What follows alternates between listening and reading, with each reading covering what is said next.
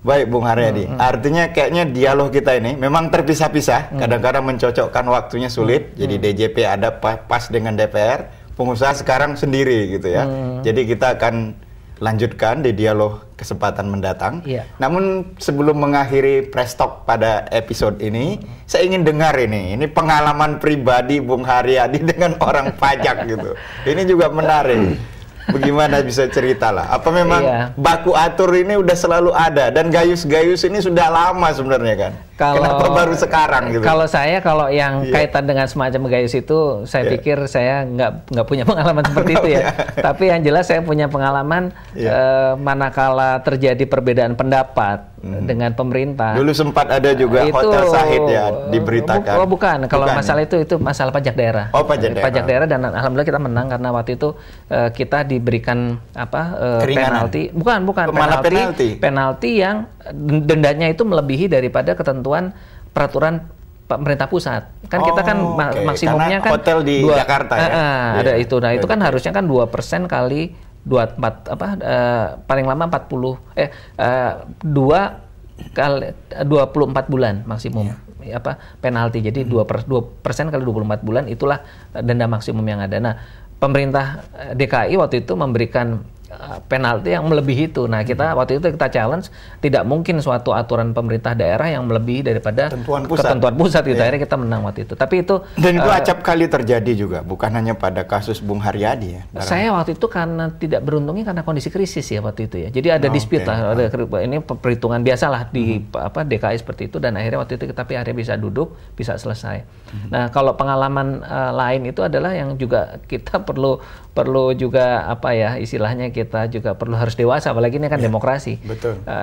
Kadang-kadang juga bisa dimanfaatkan instrumen pajak ini juga untuk menekan gitu ya.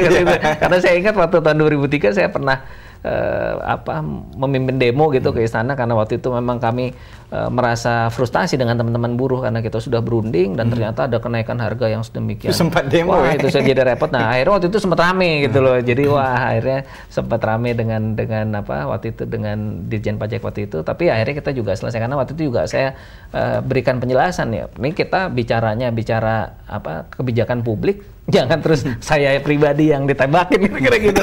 Tapi itulah konsekuensi aktivis. Jadi aktivis itu bukan hanya LSM, Mas Iwan, pengusaha juga ada aktivis. Jadi, tapi itu semua kita lakukan kan akhirnya juga untuk masyarakat juga untuk kepentingan negara ini. Baik, kita terakhir saya ingin lebih dapat komentar ya dari dialog dengan Bung Ahsanul tadi, kenyataan di lapangan. Kalau khusus kita bicara transfer pricing, bagaimana ke depan? Mas, yang jelas itu tidak ada orang yang pada akhirnya itu bisa menyembunyikan sesuatu dari kesepakatan global. Nggak ada, itu nggak mungkin. Pada akhirnya akan terjadi. Ini kan mekanismenya akhirnya.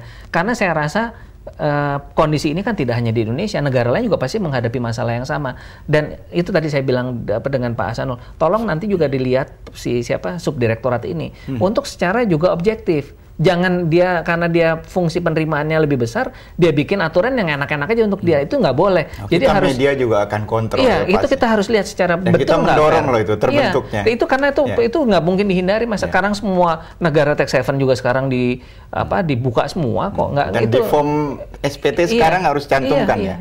Apakah ada dengan transaksi dengan jadi itu negara akan ke sana, Mas. Semua negara dan itu akan online dan insya Allah yang namanya negara kita ini cukup besar ya dan akan semakin kuat kalau memang transparansi ini akan tercipta dengan baik.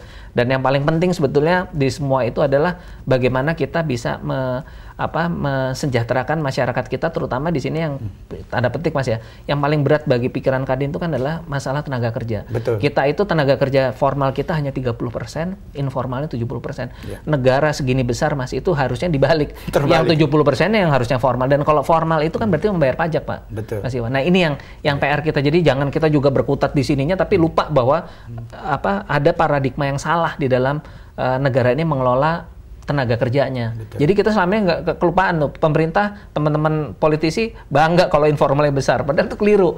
Karena kalau informalnya besar, mereka itu nggak memasukkan pajak gitu. Justru formalnya harus kita besarkan. Iya. Gitu. Jadi pemirsa memang akan tarik menarik, tapi tidak ada masalah yang tidak bisa diselesaikan.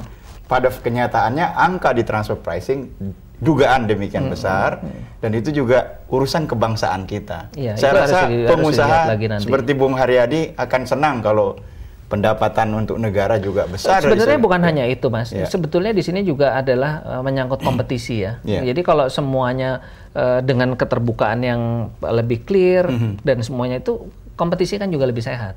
Gitu. Itu juga salah satu yang kita dorong, karena itu tolong nanti di dalam penelaahan transfer pricing ini sungguh-sungguh kita lihat. Artinya kita melakukan fair treatment, jangan sampai ada juga wajib pajak yang dirugikan dengan isu transfer pricing ini. Baik. Gitu, ya. Untuk itu di kesempatan mendatang kita duduk di semua pihak ada barang. Baik, Mas Iwan. Baik pemirsa, sampai di sini dulu dialog kita. Premis kita kali ini, Prestock sudah mendorong terbentuknya sebuah direktorat baru, subdirektorat baru di Direktorat Jenderal Pajak, dan kalangan pengusaha juga ingin sebuah transparansi supaya kita memang bisa membangun bangsa ini lebih baik. Akan sangat menyedihkan 59,5 triliun dari tenaga kerja wanita, TKI umumnya, tapi image kita di Emirat Arab, seorang perempuan yang kasar, buruh kasar yang gampang digauli. Alangkah indahnya kalau misalnya tenaga kerja kita nggak usah keluar negeri kan? Betul sekali. Dan contohnya ada seperti Sragen, barangkali nggak mengirim harapan lagi. Kita kesana. Makanya kita tadi kuncinya formalnya harus lebih tinggi. Baik pemirsa, sampai jumpa pada Prestock edisi mendatang. Terima kasih.